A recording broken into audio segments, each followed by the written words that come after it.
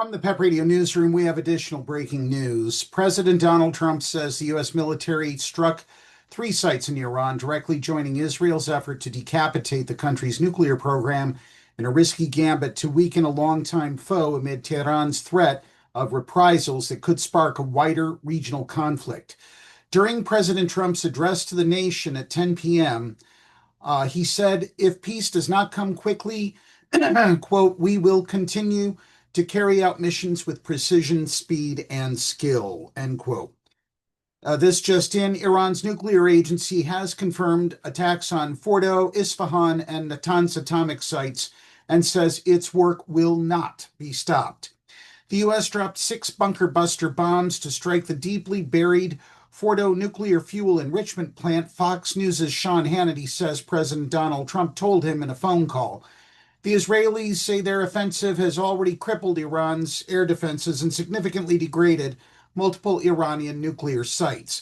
But to destroy the Fordo plant, Israel appealed to Trump for the 30,000-pound bunker-busting American bomb known as the GBU-57 massive ordnance penetrator, which uses its weight and sheer kinetic force to penetrate underground and then explode. The bomb is currently delivered only by the B-2 stealth bomber, which is only found in the American arsenal. If confirmed, and it recently has been, this would be the first combat use of the weapon. Meanwhile, we have this news from Israel.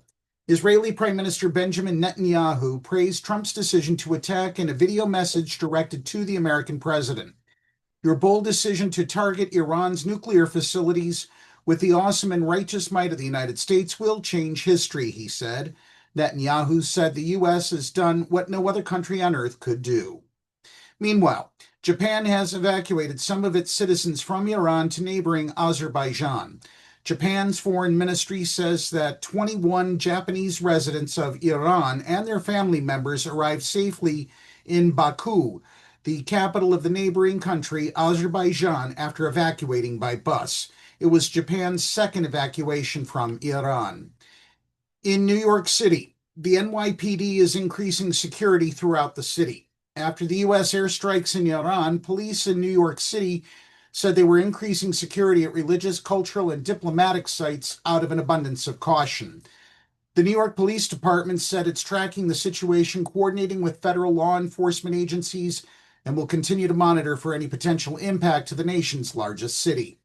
The NYPD has a robust intelligence and counterterrorism operation with detectives posted around the globe. It's common for the department to beef up security at places like synagogues and mosques, as well as diplomatic installations when world events warrant. And finally, congressional leaders are beginning to respond to the news. Republican leaders in Congress praised Trump's decision to strike Iran. U.S. House Speaker Mike Johnson, a Republican who was briefed by the White House ahead of the strike, said in a statement, President Trump has been consistent and clear that a nuclear-armed Iran will not be tolerated. That posture has now been enforced with strength, precision, and clarity. U.S. Senate Majority Leader John Thune said the Iranian regime's misguided pursuit of nuclear weapons must be stopped.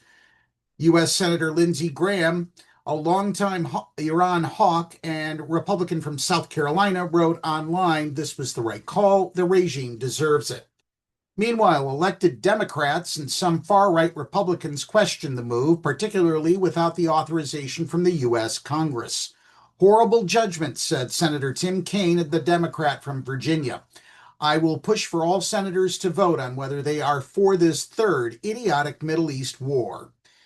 Said conservative Representative Warren Davidson, a Republican from Ohio, while President Trump's decision may prove just, it's hard to conceive a rationale that's constitutional.